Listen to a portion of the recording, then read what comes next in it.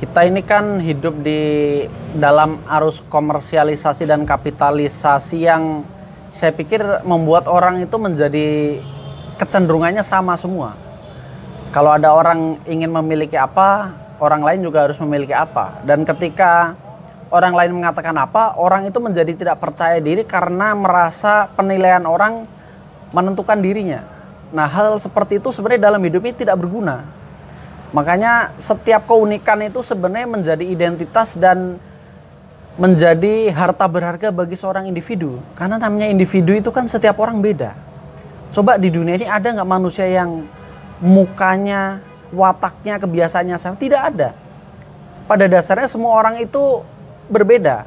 Nah, karena berbeda, kenapa orang itu takut dan risih ketika dilihat berbeda oleh orang lain?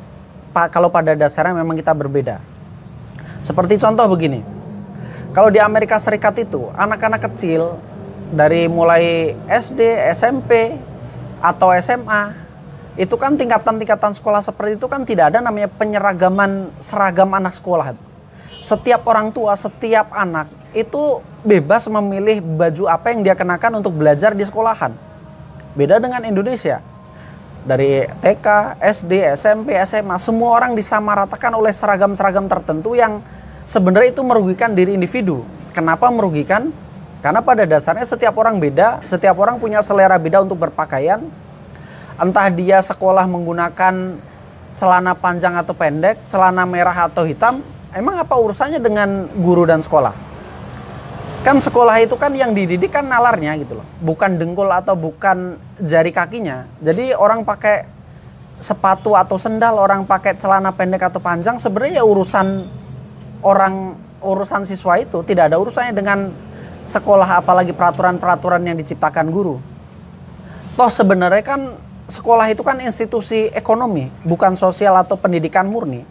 Dan itu dibuktikan dengan setiap bulan, setiap semester seorang siswa atau mahasiswa itu kan membayar sejumlah uang untuk membayar semesteran. Dan akhirnya kan yang namanya pendidikan itu kan jual beli jasa gitu.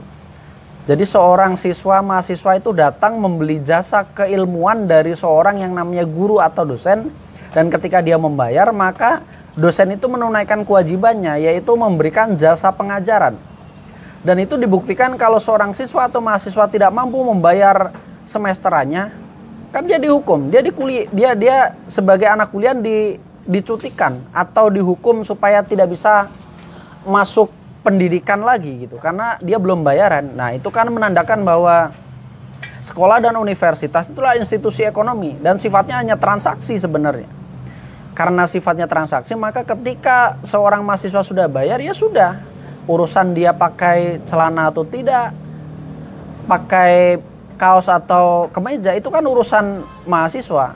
Kalaupun dia pakai celana yang robek-robek, dia pakai celana yang tidak sesuai dengan keinginan dosen, kan bukan urusannya gitu loh. Karena yang belajar adalah nalarnya. Nah, politik penyeragaman seperti ini menjadi sesuatu yang tidak masuk akal ketika setiap orang mampu mengekspresikan dirinya di sosial media, di dalam ranah-ranah virtual yang kita tahu bahwa setiap individu itu unik. Kalau orang itu mengembangkan suatu konsepsi tentang dirinya dengan gaya-gaya tertentu dalam akun-akun sosial media, kalau lingkungannya menolak, kalau orang-orang sekitarnya menolak, kan belum tentu itu jelek dan itu buruk. Dan nyatanya di luar sana banyak orang menggunakan penampilan-penampilan tertentu yang bagi orang lain itu aneh, bagi orang lain itu nakal dan lainnya, tapi banyak jutaan orang suka gitu.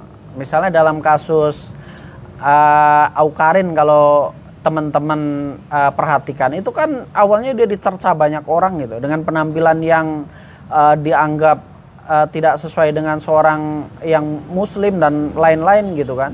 Tapi kan itu dia bicara seni gitu. Itu bicara tentang penampilan yang mengutamakan suatu sisi tertentu dari seorang wanita. Dan kalaupun orang tidak suka karena menganggap itu bertentangan dengan doktrin agama yang dia anut, ya kan tinggal unfollow atau tidak usah dilihat aja gambarnya kan. Maksudnya dunia ini kan dunia yang harusnya sadar hak dan bebas gitu loh. Orang lain mau menggunakan pakaian gaya apapun, ya terserah dia gitu. Kalau Anda tidak suka, kalau Anda tidak terima, ya Anda tidak usah lihat akun atau situsnya gitu loh. Nah, hal-hal seperti itu yang sebenarnya perlu ditekankan di dalam novel Gadis Pembangkang, bahwa jangan sampai orang itu tidak lagi mencintai dirinya hanya karena takut dicaci maki dan dihakimi oleh lingkungan maupun keluarganya gitu loh. Padahal setiap orang harus sadar bahwa orang itu punya hak dan orang itu harus mencintai keinginan dirinya.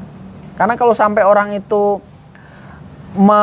menegosiasikan kebebasan dirinya atas dasar adanya penilaian yang buruk oleh orang lain, maka dia sudah menggadaikan kemerdekaan dirinya, dan sebagai manusia dia sudah tidak lagi utuh. Nah, karena sudah tidak lagi utuh, maka hidup yang sekali ini apa gunanya kalau kita menggadaikan kebebasan diri? Dulu nenek moyang kita berjuang mati-matian, mereka berani tembak-tembakan dengan Belanda, dengan Jepang. Tujuannya untuk apa sih? Kan bukan untuk hanya mendirikan negara sebenarnya. Justru negara didirikan supaya negara itu mampu menjamin kebebasan setiap orang yang ada di tanah air Indonesia ini. Nah, kalau sekarang kita hanya karena dinilai orang, hanya karena dicibir orang, lalu kita menggadaikan kebebasan kita, lalu kita tunduk pada pendapat orang, lalu terus apa gunanya nenek moyang kita berjuang atas nama kemerdekaan melawan penjajah untuk anak cucunya? Pokoknya sebagai orang tuh menjadi tidak layak jadi manusia ketika dia sudah berani menegosiasikan kebebasan dirinya untuk ditukar dengan pendapat baik orang lain. Itu buat apa? Bagi saya itu tidak masuk akal gitu loh. Karena seorang manusia itu harusnya merdeka, dan setiap orang itu semerdeka apapun sebenarnya tidak masalah selama kemerdekaannya juga tidak mengganggu orang lain. Nah, kalau dia menjadi beda dalam hal penampilan, menjadi beda dalam hal pikiran, menjadi beda dalam hal pilihan hidup, kan itu kebebasan dia yang menikmati. Kalau selama dia bahagia dan senang, apa urusannya dengan orang lain gitu loh. Makanya ya sebenarnya yang salah kan pendapat orang. Kenapa orang-orang suka ikut campur urusan orang lain, sedangkan tubuh-tubuh orang lain itu adalah miliknya sendiri. Dalam novel ini kan dia tokohnya perempuan gitu, dan kebetulan dia sebagai seorang muslim dia tidak senang berjilbab karena dia tinggal di Indonesia yang panas gitu. Jadi ketika dia tidak berjilbab macam-macam, ketika dicibir orang, ya dia tidak peduli gitu loh. Maksudnya kenapa sih orang peduli banget sama orang lain yang berjilbab atau tidak, rambutnya ditutupi kelambu atau tidak, apa pentingnya? Toh kalau dia juga mati kelaparan atau dia tidak bisa bayar semesteran, orang-orang yang mencibir itu tidak pernah dia membiayai kuliahnya, tidak pernah memberikan dia makanan.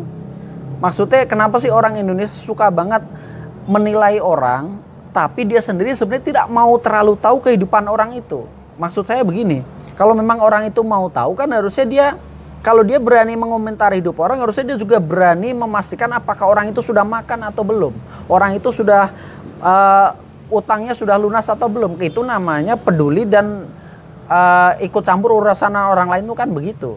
Nah, jangan sampai orang itu sukanya hanya mencibir penampilan, sukanya hanya mencibir hal-hal yang sifatnya sebenarnya tidak ada urusannya dengan dia, tapi dia ikut campur hal kayak gitu, kan nggak penting gitu loh. Nah, maka yang pertama masyarakat memang salah. Yang kedua, yang diomongin juga salah kalau sampai dia membawa hal seperti itu sampai ke hati. Sudah tahu kalau masyarakat itu tidak pernah membantu dan tidak pernah peduli pada beban-beban hidupnya, kenapa ketika diomongin dia pikirkan? Bodoh amat aja gitu loh. Namanya hidup kan Anda sendiri yang menjalani. Mau Anda ke pasar mandi atau tidak, pakai celana pendek atau tidak, berjilbab atau dia, kan nggak ada urusannya dengan orang lain. Kalau Anda merasa nyaman seperti, ya sudah lakukan gitu loh. Toh Anda membeli beras di pasar juga beras itu Anda beli dengan uang Anda sendiri. Setiap bulan Anda berhubungan dengan bapak kos juga duit Anda sendiri untuk bayar kosan gitu. Nah, hal seperti itulah yang saya tekankan supaya setiap orang berani tampil beda. Karena pada dasarnya setiap individu unik dan siapapun pada dasarnya tidak berhak ikut campur urusan orang lain. Apalagi ikut campur itu hanya untuk sensasi, omongan-omongan gosip yang sebenarnya tidak penting gitu loh. Makanya di situ saya menekankan bahwa setiap kader HMIWati, setiap orang, setiap perempuan harus berani tampil beda apapun cercaan yang disampaikan oleh masyarakat. Dan anggap saja omongan-omongan itu tidak berguna, karena memang nyatanya tidak berguna bagi hidup seseorang. Maka tidak usah pikirkan, fokus tentukan masa depan dan apa yang kamu pilih dalam hidup ini saja. Tidak usah dengarkan orang lain. Sekarang tuh zaman kebebasan dan zamannya hak asasi manusia.